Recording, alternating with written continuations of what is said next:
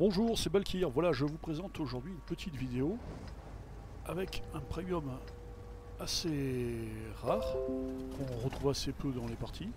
Je veux parler du KV-122. Le KV-122, donc le tier 7, le char lourd de l'URSS, le char lourd soviétique, qui, bon, de prime abord comme ça, voilà, il y a pas mal de gens qui nous disent, bon, ça semble trop comme ça de prime abord en regardant le caractéristique, tiens, bah, qu'est-ce que c'est que ce char, il a 75 de blindage frontal au tier 7, mais voilà, rien ne vaut un test en fait, hein. Et bon, là vous verrez, je suis pas un joueur, je suis pas une cote terrible, hein. D'ailleurs, il y a certains tirs dans cette vidéo qui vont faire rire les gens peut-être, hein. Je suis pas très adroit, improvisé des fois. Mais ceci dit, c'est une vidéo que j'ai fait comme ça pour m'amuser sans forcer. Voilà. C'est une bonne partie, hein, j'en ai eu des plus mauvaises avec ce char. Mais franchement, il est agréable à jouer. Comme vous pouvez le constater, il est rapide. Alors, concernant le blindage. Voilà, le blindage, tiens, un chromome de moins, c'est toujours ça de prix. Par rapport à l'IS, il y a 25 mm de blindage de différence. Voilà, ça nous fait 75 en frontal,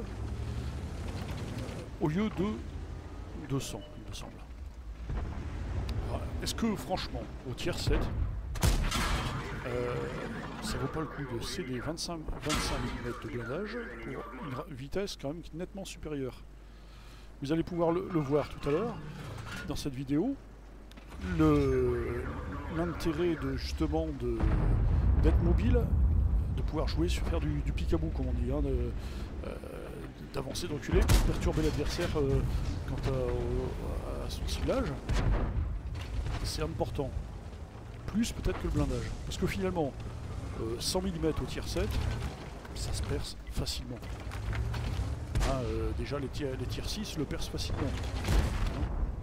La plupart des canons des médiums de tier 6 le percent.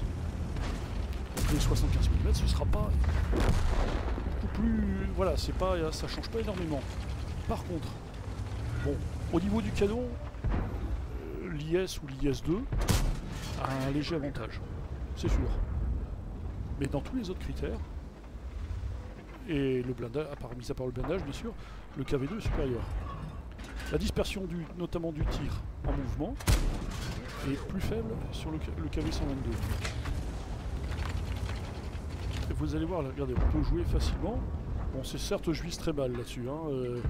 Il suffit de quelques millimètres pour percer le tigre P. Là, bon, j'ai voulu faire vite. Bon, voilà, c'est chose faite. Honnêtement, c'est un char très agréable à jouer. Et on peut, grâce à ce char, monter facilement ces équipages de chars lourds.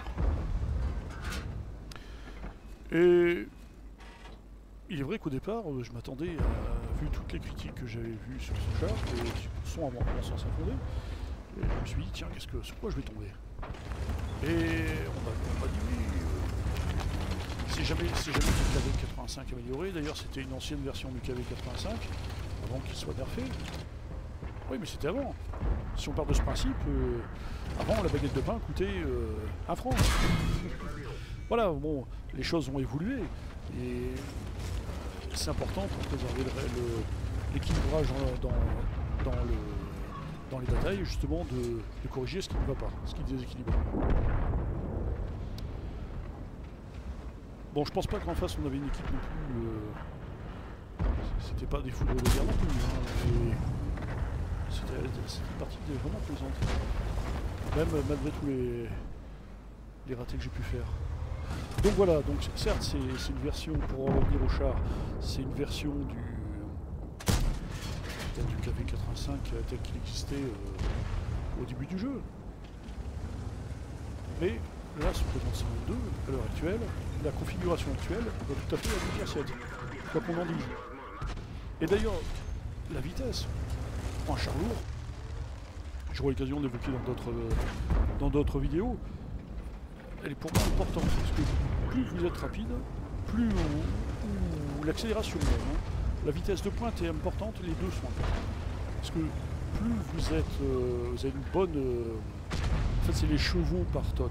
Hein. Plus ils sont élevés, plus vous pouvez arriver vite, plus vous pouvez réagir sur une bataille. Je suis pas un grand joueur, hein, mais par contre, je pense que avoir un sens stratégique sur les parties, des fois je fais des erreurs, hein, souvent même. Sous le côté impulsif, on a tendance à vouloir foncer, hein, tête baissée des fois. Vous voyez là la réactivité du char, tirer et reculer en même temps. Bon, je me suis pris l'obus, hein, mais on croirait jouer avec un médium presque. Voilà, c'est simplement, je vous conseille de tester ce char. Il le mérite. A très bientôt. Au revoir.